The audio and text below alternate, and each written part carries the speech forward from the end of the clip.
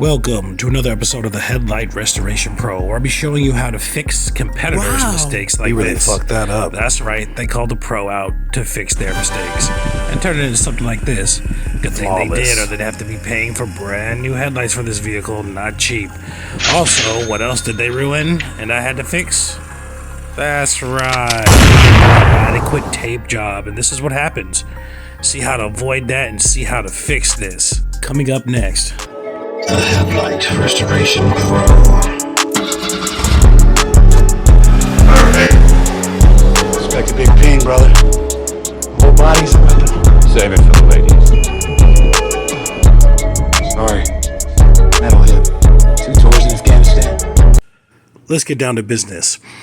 Okay, so this is a 2015 Optima, which I got a call on New Year's Eve if I could come out and check this stuff, and asked if I am experienced with this stuff, and blah, blah, blah. People know. And they said they had made drastic mistakes, and they're not feeling comfortable with finishing the job, and they needed to be fixed if possible. If not, they're just going to have to pay for the new headlights and other things. So I came out to adjust it and told them, yeah, it's no problem. I will take care of it, blah, blah, blah, blah, blah, and told them what it would cost and what I need or what not. This was New Year's Eve, and I had a family gathering to go to, so I said, I'm sorry I can't do it today, but I will be able to do it first thing in the morning. The customer was cool with it, and I came out the first thing in the morning to take care of it. This is about 9 o'clock a.m. So he messed up a couple things. He didn't even do the other side, but this side is the one he started on, and he said no matter what he did, he could not get the stuff off the headlight. And I told him, look here, man, I don't know how long you've been doing this, and we talked or whatever. Turns out he's only been doing it for 6-7 months or whatever, and he's trying to headlight restoration business, and I'm fine with that. I don't care, I'm saying. I'm me, I'm saying. So I mean, there's so many restorations out there, are so many cars out there, and so many little people who do things. It's not like it's a tire shop or whatever. You can throw a rock and hit a tire shop, a detail shop.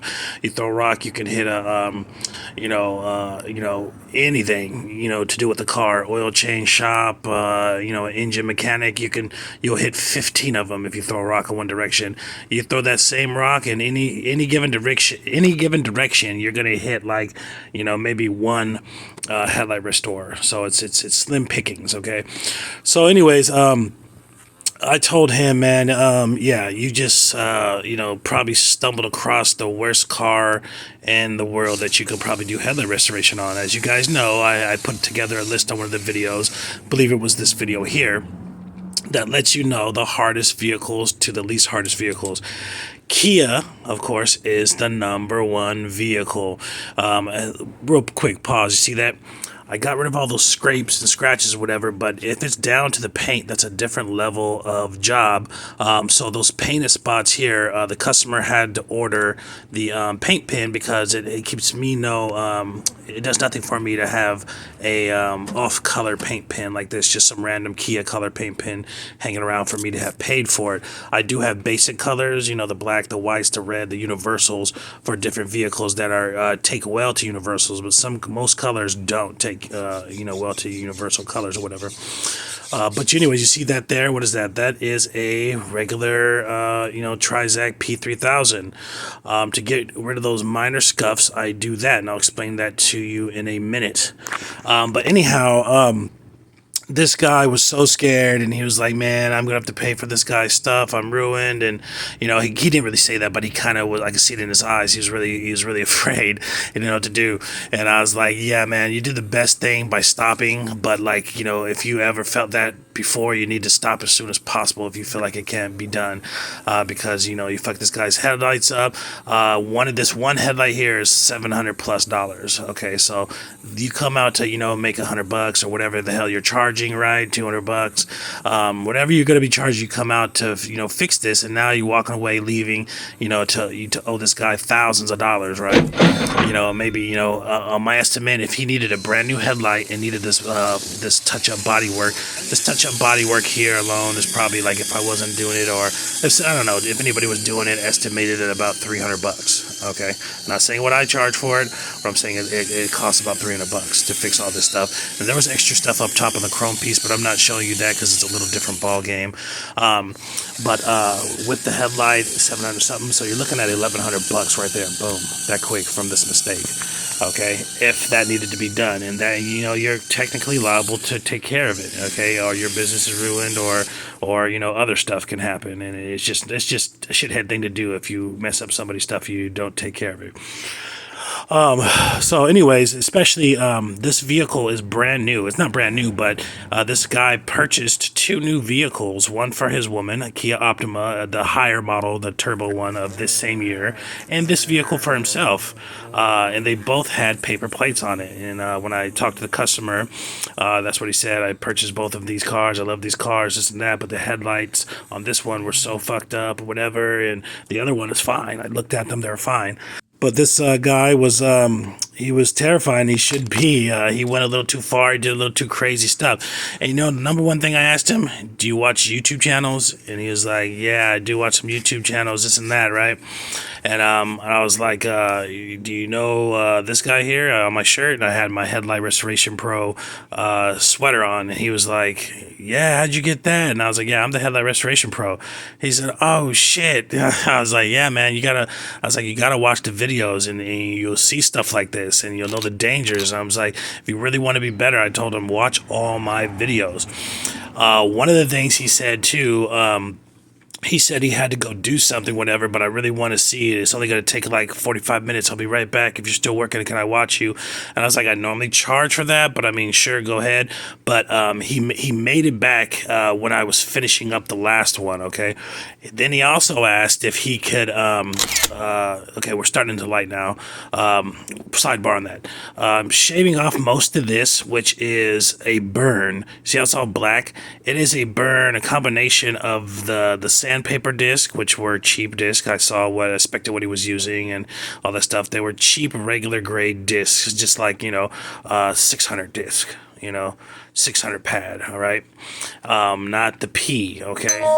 Which is much cheaper, and this happens. The pad melted into the clear coat, melted together with the plastic melt. So all 3 of those kind of melted together and form this black burn, okay, and some other burns across this part here. So taking care of all this stuff here, and he also wanted to see if he could do a ride-along of what I would charge to show him my process, hands-on, whatever.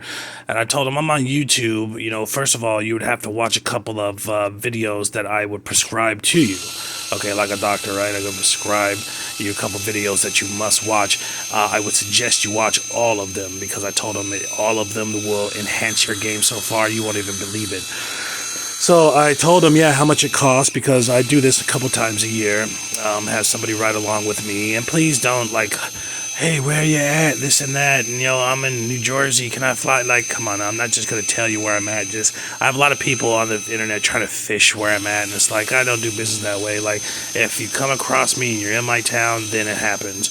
But if you're somewhere else, just don't even worry about it, because you're not going to fly out, this and that. I got people saying, they're going to fly out from Kansas City to, you know, it's that, so just tell me where you're at. And I'm like, nah, man, there's a lot of stalkers I have out there.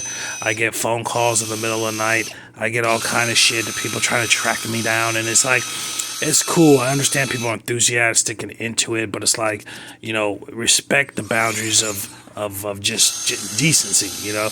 Don't email me, don't text me, don't do anything like that without the proper channels, okay? Proper channels would be to message me through the DM, through email, although I'm very far behind on emails, and a lot of them will not be responded to because people are abusing the email system. They're asking questions and doing stuff that can be done on the DMs of this channel. The message, like on this video, you can message something. All right, there's no reason to ask, what pads do you use? and weird shit like that or whatever. So just saying that you gotta respect the boundaries. I don't know you. We're not friends. I don't know who you are. I'm getting a lot of this lately and last year that I'm just going to be nipping in the bud. I'm getting, I've gotten phone calls by people, and they're trying to track me down and what business I'm in. I keep my private life and business and all that stuff separate than this because there are a lot of hatred, a lot of haters out there, and there's a lot of people that are over enthusiastic about it, which I'm glad for them, but like, you have to respect the boundaries of anybody. Okay, I would never just call a creator up if I found out his information and be like, hey buddy, this how you doing, happy new year's, let's talk. And no.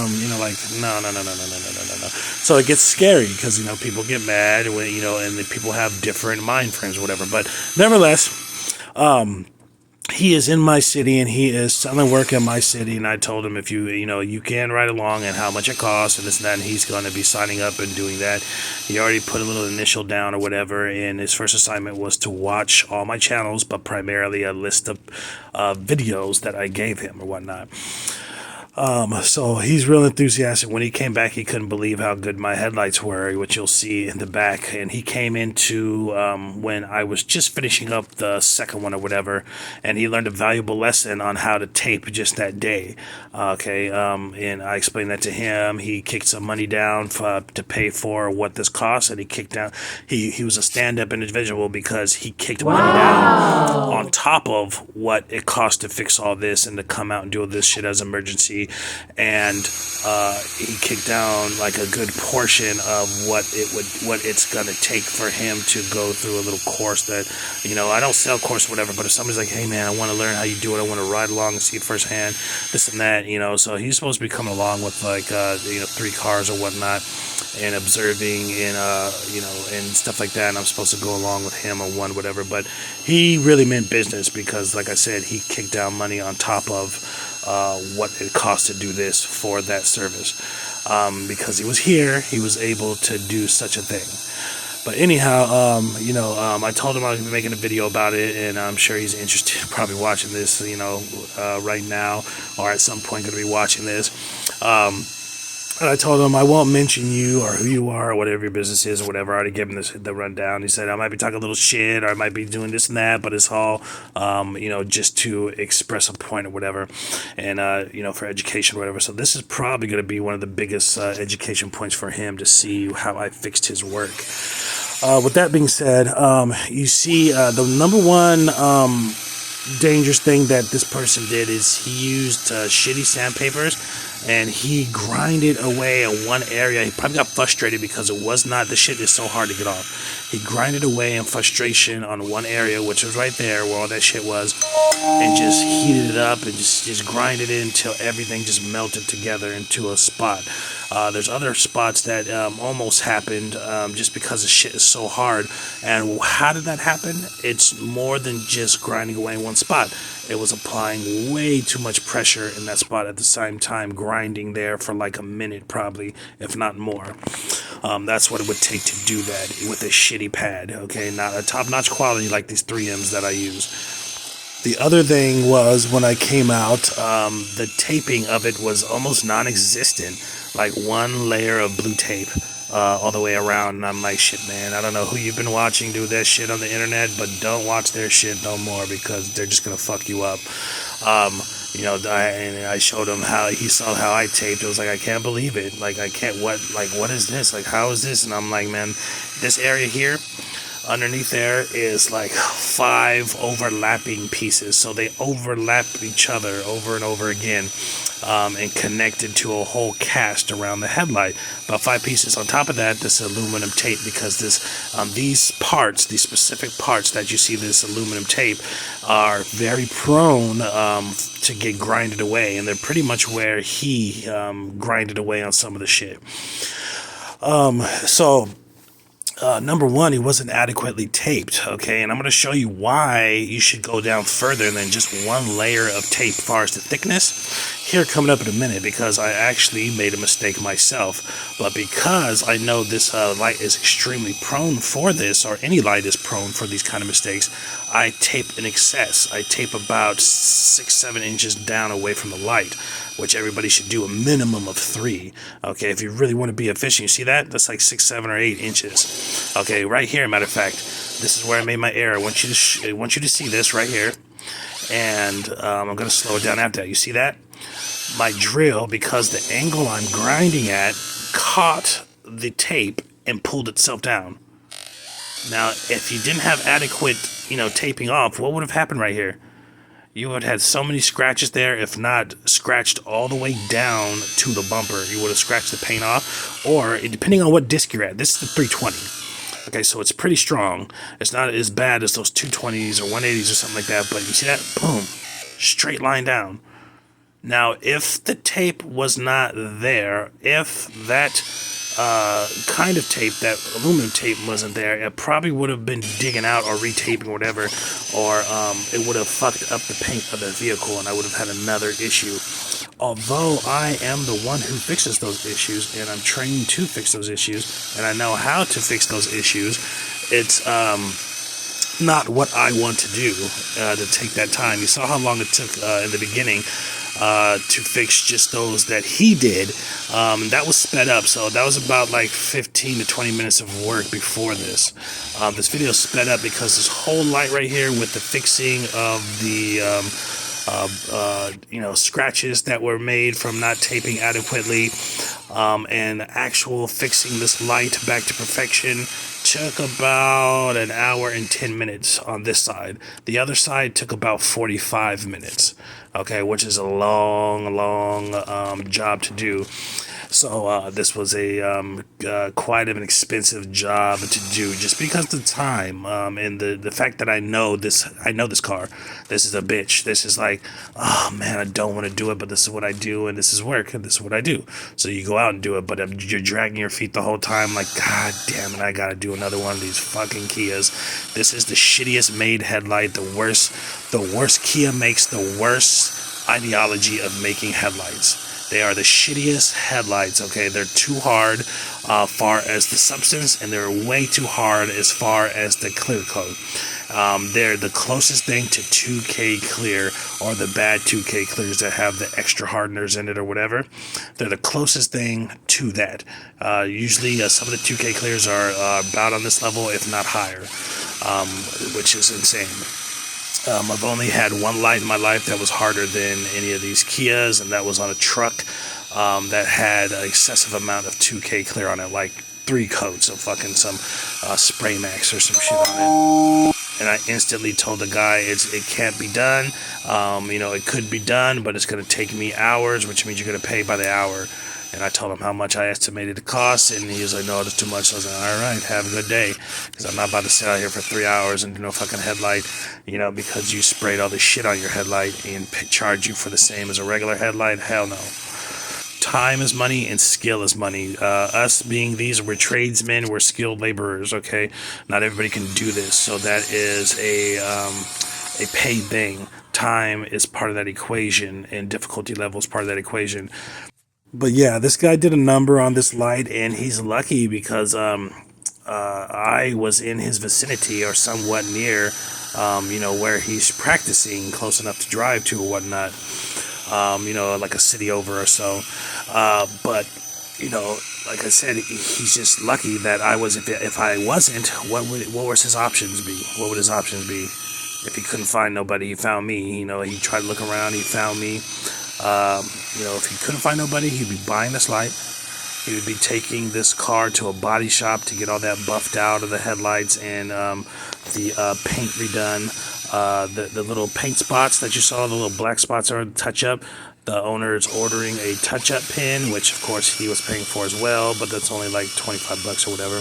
And then I'm gonna come back. He already paid, so when the owner gets it, I come back and do a what I call a seamless touch-up, which is where I touch it up where you can't even tell that it was gone before.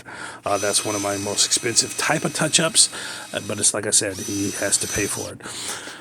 So to avoid all that, oh yeah, and if you're curious, how much more did he have to pay for this light? It gets complicated because let's just say we're gonna do metaphorically. We're not gonna I'm never gonna put any numbers on here, okay? Because it's just not your information, not your business. It has no relative value to you.